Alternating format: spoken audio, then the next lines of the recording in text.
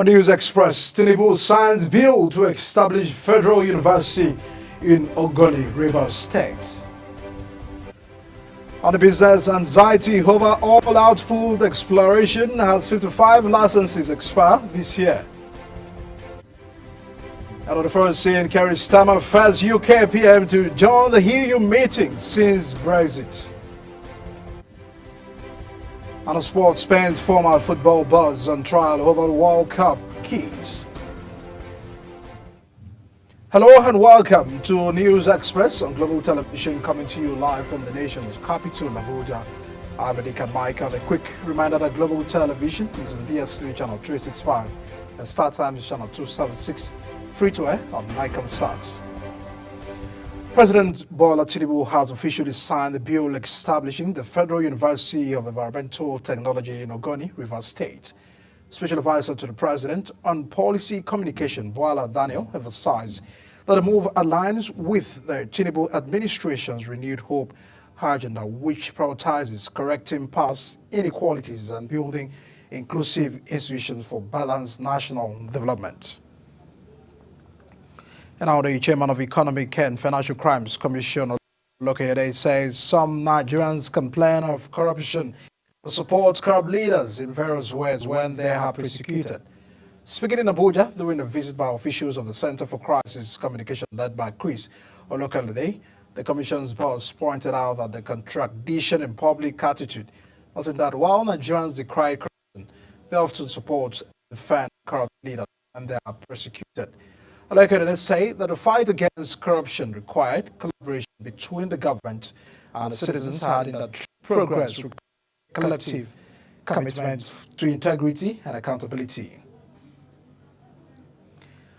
A former governor of Oyo State, Andotun Olubadan of Ibadan Land, Oba Rashidi Ladoja, responded to former Osun State Governor Chief Bisi Akande regarding the assassination of former Attorney General of the Federation and Minister of Justice Chief Bola Ige, stating that Chief Akande lied against me, unquote. He disclosed this during an interview with journalists at his Ondo Street residence in Ibadan, Oyo State capital. Akande reportedly raised fresh concerns about the unresolved assassination of Chief Ige, suggesting that Ladoja may have crucial information regarding the murder. In a related development, Minister of Solid Minerals Development Dela Aleke has emphasized the significance of Nasarawa State in advancing the nation's mining sector. Speaking while receiving Nasarawa State Governor Abdullahi Sule and the Minister of Defense Abubakar Badari in his office, Aleke affirmed that Nasarawa has been a formidable partner in harnessing the state vast minerals potential for national development. Kikalo Makere has more details. Speaking at the event, the Minister of Solid Mineral, Dele Alake, says the collaboration is to scale up mining activities in the state, noting that the reform and efforts to promote the mining sector over the last 17 months have begun to bear fruit, with global players increasingly expressing interest in Nigeria's mining industry. Nasarawa State is really very pivotal to our mineral development in Nigeria, simply because of the endowment. Lithium, for instance, is quite massive in Nasarawa State. So it's like a theater or epicenter of mining in Nigeria. Nasarawa State Governor Sule Abdullahi commended Dr. Alake for effectively driving President Bola Ahmed Tinubu's agenda on mining development. He acknowledged some challenges such as insecurity, which persist in some areas, prompting the need for further collaboration with the Minister of Defense, while revealing that lithium factories in the state are operating optimally with additional factories under construction, highlighting the imperative of ongoing collaboration with the private sector to strengthen the mining value chain in the state. All areas of mining, attention is on Nigeria, whether it is lithium, titanium, tantalite, cobalt, and the rest of that. One of the challenges that we continue to have in the area of mining is also security. There is no way you can be having mining activity and everything goes smooth without some sense of security challenges. So the essence of this is for us to put heads together, and to see what we can contribute The Minister of Defense, Abubakar Badaru, reiterated the federal government's commitment to eradicating banditry and other criminal activities nationwide, stressing that efforts have already led to the resumption of mining exploration activities in Zamfara State. What we have been doing, the bandits are now on their own, but the military will not rest on their oars until we end this thing. And the president has given us marching order to end insecurity in every part of our country by end of this year. The minister also noted that the National Security Advisor, the Chief of Defense Staff are on the team, working round the clock to actualize the target. Kike Lomo Okeri, Global Television News. Former Minister of Interior and ex-governor of Osun State, Rafi Aregbesola, has met a man who allegedly attempted to assassinate him in 2006. He says the meeting was held after the man identified as Sikiru Olabayo sought forgiveness from him.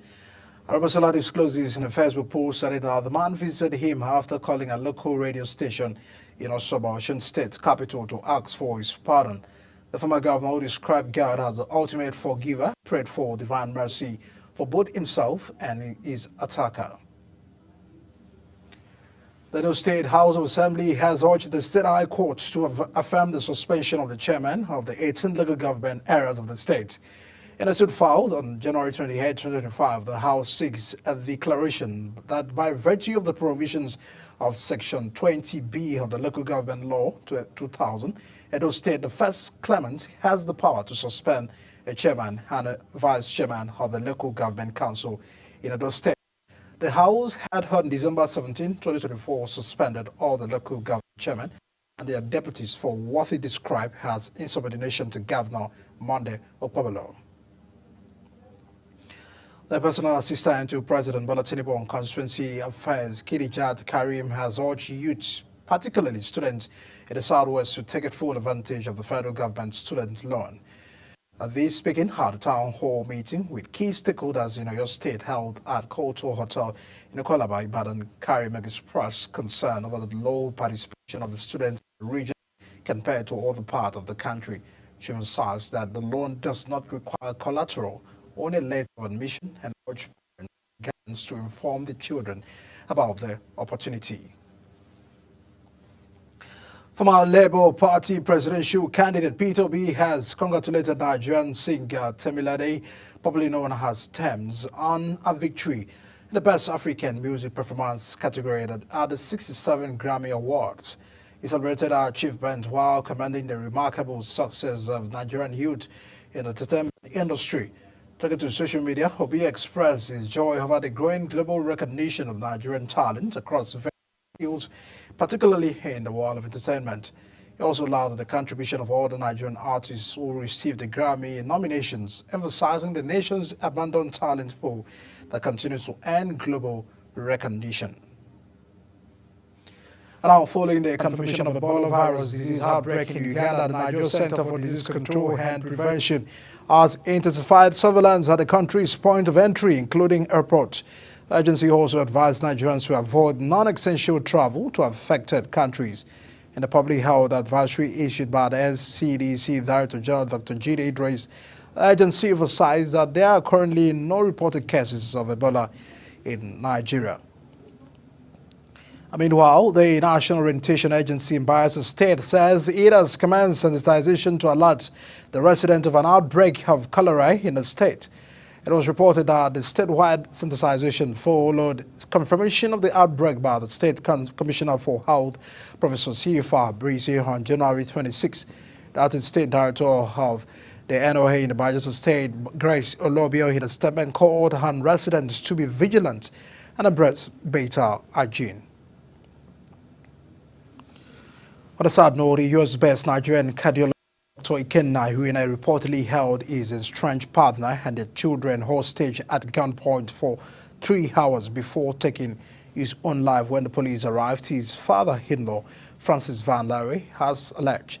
The tragic death of the 36-year-old cardiologist has sparked intense debate and a widespread reaction from Nigerians both at home and abroad.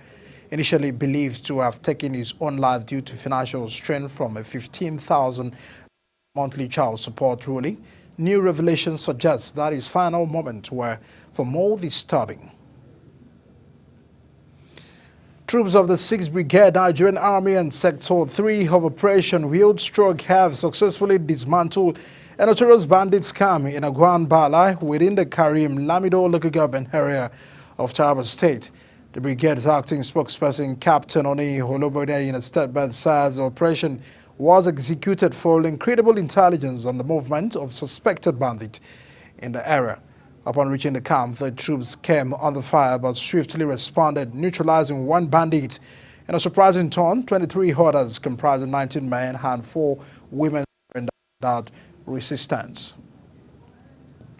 You're watching a live broadcast of News Express on Global Television, coming to you live from the nation's capital, Abuja. When News Express returns, Trump threatens to cut funding for South Africa over land policy. We shall bring you those details as well as foreign and business sports stories right after this break. Please stay with us.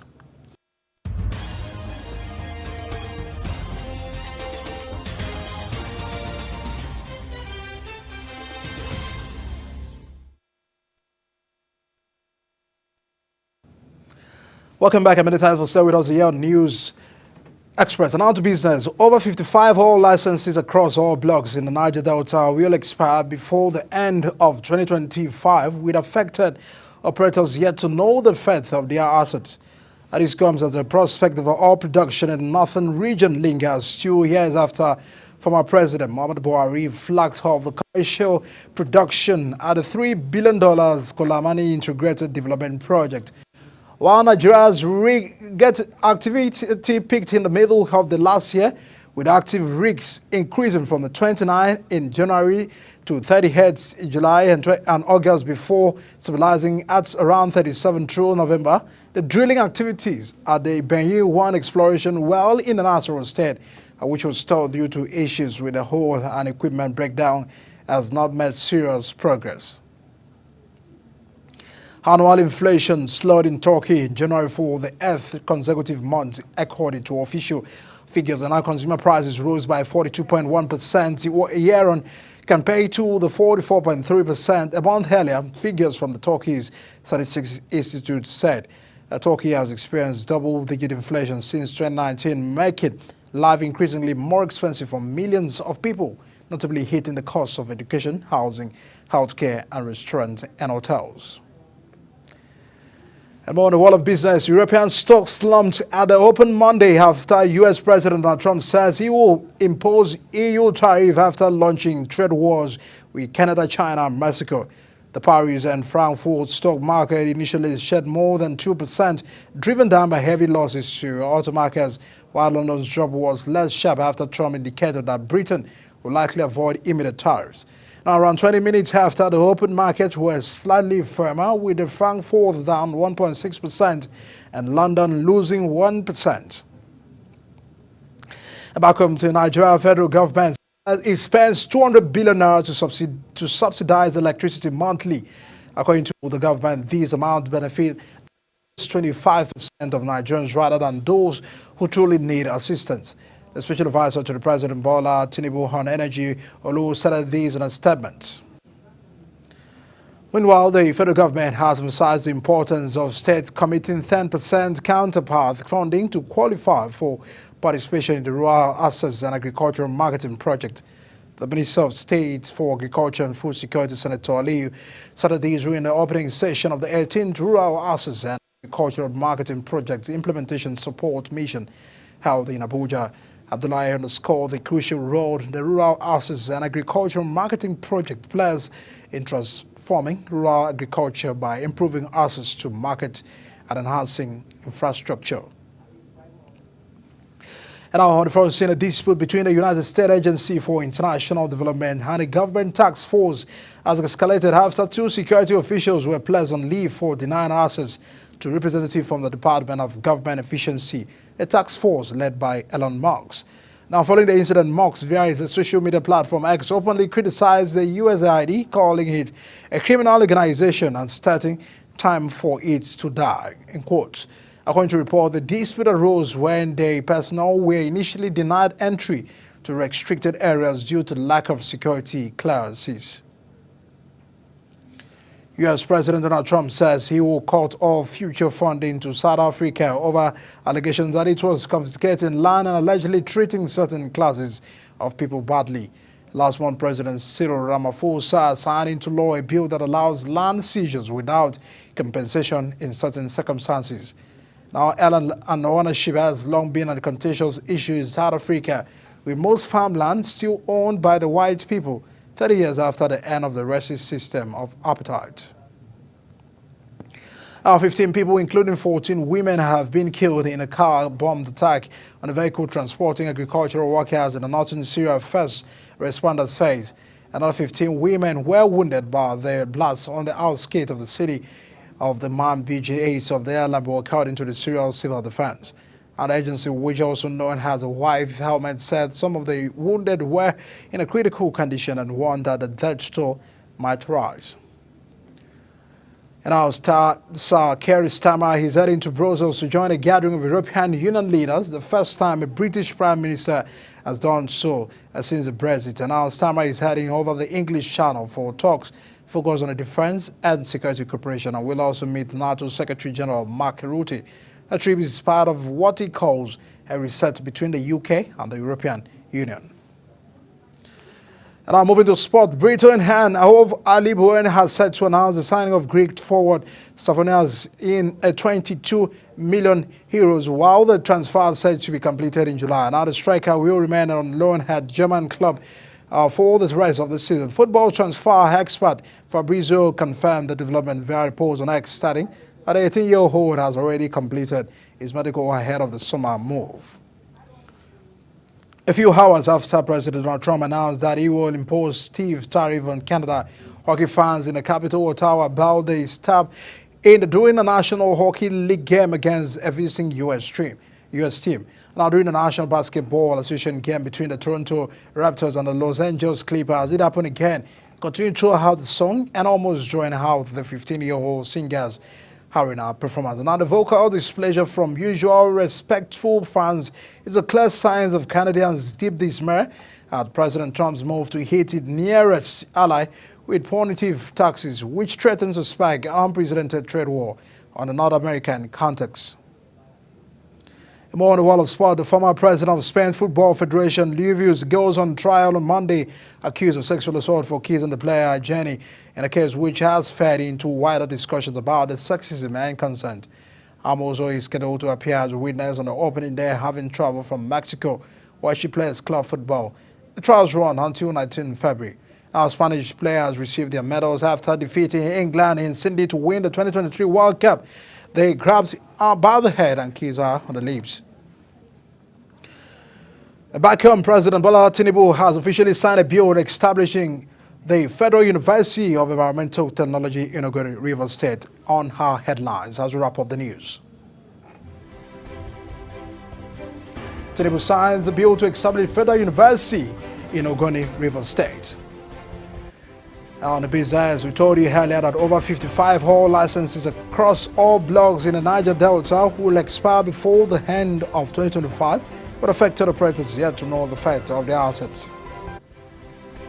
Unfortunately, we told you Sir Keir Starmer is heading to Brussels to join a gathering of European Union leaders, the first time a British Prime Minister has done so since Brexit.